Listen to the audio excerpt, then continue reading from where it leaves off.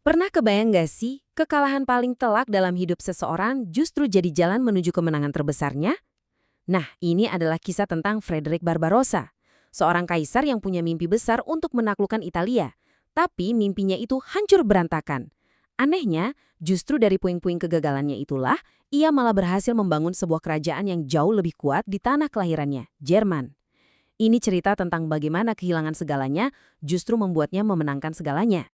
Oke, kita mulai dari sini. Coba deh resapi kalimat ini. Tepat setelah jadi raja, Barbarossa ngirim surat ini ke Paus. Bayangin, dia bilang, dunia ini diperintah sama dua hal, Paus dan Raja. Dia nggak sedang minta izin atau restu. Dia itu lagi mendeklarasikan sebuah tatanan baru. Seolah-olah dia bilang, kekuasaan saya dan kekuasaan Anda itu setara, mahkota saya langsung dari Tuhan, bukan lewat perantara Anda di Roma. Pernyataan yang satu ini yang jadi pemicu konflik besar sepanjang pemerintahannya, pertarungan epik antara tahta dan gereja. Cerita kita ini membentang selama 30 tahun yang penuh drama. Kita bakal lihat gimana fokus kekaisaran Romawi suci itu bergeser total. Dari yang tadinya obsesi banget pengen naklukin kota-kota kaya di Italia, akhirnya malah berbalik arah dan fokus buat nguatin cengkramannya di rumahnya sendiri, di Jerman. Mungkin kedengarannya aneh ya, tapi titik awal dari kebangkitan Barbarossa itu bukan di istana yang megah atau medan perang yang hebat. Cerita kita justru berawal dari perbatasan utara Jerman yang dingin dan liar, dalam sebuah kampanye militer yang sering banget dilupain sejarah. Sebuah perang salib yang kalau kita lihat lebih dalam, ternyata lebih soal ambisi politik daripada soal iman. Nah, perang salib ini dikenal sebagai perang salib Wendisch. Jadi ceritanya, pas kesatria-kesatria lain di Eropa dipanggil ke Tanah Suci, para bangsawan Jerman ini bilang, tunggu dulu, kita juga punya orang kafir nih di halaman belakang rumah kita sendiri. Paus pun setuju, jadi daripada jauh-jauh ke Yerusalem, mereka diizinin buat merangin tetangga mereka sendiri, suku Slavia yang disebut orang Wend. Pilihan yang dikasih ke orang Wend ini benar-benar brutal, masuk Kristen atau mati. Terdengar suci sih tujuannya, tapi kenyataannya jauh lebih rumit dari itu. Terus, hasilnya gimana? Ya, sebagai perang suci, kampanye ini gagal total. Gak ada wilayah baru yang berhasil direbut, dan hampir gak ada juga yang berhasil diinsafkan. Tapi, di tengah kegagalan itu, ada satu orang yang lihat ini bukan sebagai kerugian, tapi sebagai peluang emas.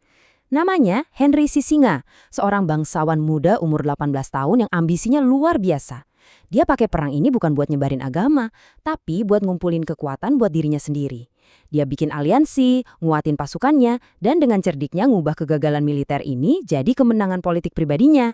Disinilah dua tokoh utama kita akhirnya muncul. Di satu sisi, ada Henry Sisinga, politisi ulung, dingin, pragmatis, yang ambisinya adalah bikin kerajaannya sendiri di Jerman Utara. Di sisi lain, ada sepupunya yang lebih tua, Frederick, yang nanti dikenal sebagai Barbarossa, si janggut merah. Dia ini lebih idealis, mimpinya besar banget. Mau ngebangkitin lagi kejayaan kekaisaran Romawi di Italia yang kaya raya. Mereka ini rival berat, tapi sekaligus sekutu yang saling butuh satu sama lain buat mencapai tujuan masing-masing. Dan bener aja, pada tahun 1152, persekutuan mereka membuahkan hasil. Karena pengaruh Henry yang gede banget di kalangan pangeran Jerman, Frederick yang waktu itu umur 30 tahun, berhasil terpilih jadi Raja Jerman. Henry udah berhasil nempatin sepupunya di puncak kekuasaan. Sebuah jasa besar yang nantinya akan ditagih. 3 tahun kemudian, Barbarossa mencapai puncak ambisinya. Dia pergi ke Roma dan dinobatkan sebagai Kaisar Romawi Suci, momen yang dia impikan seumur hidupnya. Tapi, kemegahan itu cuma berlangsung sesaat. Begitu upacara selesai dan mahkota ada di kepalanya, jalanan kota Roma langsung meledak jadi medan perang. Rakyat Roma nggak sudi ngakuin Raja Jerman sebagai kaisar mereka. Istana Paus diserang dan pertempuran pecah di mana-mana. Coba deh lihat angka ini. Lebih dari 1.000 orang tewas. Penobatan Barbarossa itu nggak disambut sorak-sorai, tapi pertumpahan darah di jalanan ibu kotanya sendiri.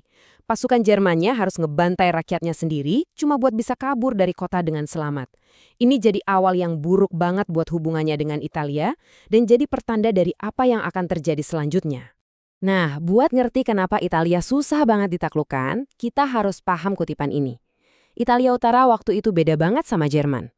Kekuasaan itu bukan dipegang sama bangsawan, tapi sama kota-kota mandiri yang super kaya dan kuat kayak Milan, Venesia, dan Bologna. Tiap kota itu ibarat negara kecil, dan mereka nggak mau tunduk sama siapapun. Jadi, Barbarossa itu nggak cuma ngelawan satu musuh. Dia itu kayak kejebak di lumpur hisap politik di Italia. Di satu sisi ada kota-kota kaya yang bersatu ngelawan dia. Di sisi lain ada paus yang gak henti-hentinya nantang dia. Di selatan ada bangsa Norman yang kuat. Belum lagi saingannya di Jerman yang siap nusuk dari belakang. Ini pertarungan di banyak front sekaligus dan hampir mustahil buat dimenangkan. Di antara semua musuhnya, ada satu kota yang jadi simbol perlawanan, Milan. Kota paling kaya, paling kuat, dan paling vokal ngelawan dia. Bagi Barbarossa, selama Milan masih berdiri, Italia nggak akan pernah bisa ditaklukkan. Jadi, dia bikin keputusan yang brutal. Milan harus dilenyapkan dari muka bumi. Dan ini bukan pertempuran biasa. Ini pemusnahan yang direncanakan dengan sangat dingin. Selama 8 bulan, kota itu dikepung sampai kelaparan. Pas akhirnya mereka nyerah, para pemimpinnya dipaksa jalan tanpa alas kaki dan disuruh cium kaki sang kaisar di depan umum. Setelah itu, pasukannya dilepas. Mereka menjara segalanya, ngebakar apa yang tersisa, dan ngusir semua penduduknya. Barbarossa nggak cuma ngalahin Milan, dia bener-bener menghapus kota itu dari peta. Dan puncaknya, dia ngambil barang paling suci dan berharga di Milan, yaitu tulang belulang 3 raja Majus yang dulu mengunjungi bayi Yesus, terus dia bawa ke Jerman. Pesan simbolisnya jelas banget. Bahkan raja-raja yang dulu sujud sama Kristus, sekarang tunduk di bawah kekuasaan kaisar. Ini propaganda tingkat dewa. Tapi, tindakan brutal Barbarossa di Milan ini malah jadi senjata makan tuan. Bukannya bikin takut, ini malah nyulut api perlawanan yang lebih besar. Dalam sebuah langkah yang gak pernah terjadi sebelumnya, kota-kota yang tadinya saling bersaing, sekarang bersatu. Mereka membentuk aliansi militer yang kuat, Liga Lombardia. Mereka sadar, kalau nggak bersatu, nasib mereka bakal sama kayak Milan, dihancurin satu persatu. Pas Barbarossa balik lagi ke Italia buat menghancurkan liga ini, sesuatu yang nggak terduga terjadi. Bukan pedang atau panah yang ngalahin dia, tapi sesuatu yang jauh lebih kecil dan mematikan. Nyamuk. Wabah penyakit, kemungkinan besar malaria, nyerang kamp militernya. Ribuan prajurit terbaiknya tewas bukan karena perang, tapi karena demam. Seluruh kampanyenya lumpuh total. Buat orang Italia, ini kayak hukuman dari langit. Kesempatan ini nggak disia-siakan sama Liga Lombardia. Dengan posisi kaisar yang lagi lemah, mereka gerak cepat.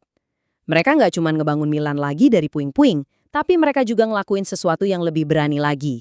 Mereka bangun kota benteng baru dan menamanya Alexandria, sebagai penghormatan buat musuh bebuyutan Barbarossa, Paus Alexander III. Ini bukan lagi perlawanan, ini penghinaan terbuka di depan muka sang kaisar. Dan akhirnya semua ketegangan ini memuncak di pertempuran Legnano tahun 1176. Di satu sisi, ada pasukan ksatria lapis baja profesional, mesin perang terbaik di Eropa. Di sisi lain, pasukan gabungan warga kota, pedagang, pengrajin, rakyat biasa. Hasilnya, bener-bener di luar dugaan. Para warga kota itu menang telak. Untuk pertama kalinya, pasukan rakyat biasa bisa ngalahin kavaleri feodal. Mimpi Barbarossa buat menguasai Italia hancur lebur hari itu. Jadi, disinilah dia sekarang. Kalah telak, dipermalukan, dan semua proyeknya di Italia gagal total. Kelihatannya ini adalah akhir dari ceritanya. Tapi apa benar begitu? Dan disinilah kita melihat kejeniusan Barbarossa. Bukan sebagai jenderal, tapi sebagai politisi yang sangat realistis. Dia sadar dia udah kalah di Italia. Mimpinya hancur. Jadi daripada meratapi nasib, dia ngelakuin manuver politik yang brilian. Dia mutusin buat ngubah bencana kebijakan luar negerinya jadi kemenangan mutlak di dalam negeri. Dia menukar mimpinya yang mustahil di Italia dengan kekuasaan yang nyata dan tak terbantahkan di Jerman. Gimana caranya? Dia pakai kegagalannya sendiri sebagai senjata. Ingat sepupunya Henry Sisinga? Barbarossa nagih utang budi. Dia minta bantuan pasukan buat pertempuran terakhir di Italia. Henry nolak. Nah, penolakan inilah yang dipakai Barbarossa. Dia menuduh Henry berkhianat. Dengan alasan hukum yang kuat ini, dia melucuti semua kekuasaan Henry. Nyita semua tanahnya yang super luas dan mecah-mecah tanah itu buat dibagikan ke bangsawan yang setia sama dia. Dalam satu langkah cerdas, dia melenyapkan satu-satunya saingan yang bisa menandingi kekuasaannya di Jerman. Dan inilah paradoks yang luar biasa dari cerita ini. Frederick Barbarossa harus kehilangan mimpinya di Italia supaya dia bisa benar-benar jadi penguasa mutlak di Jerman.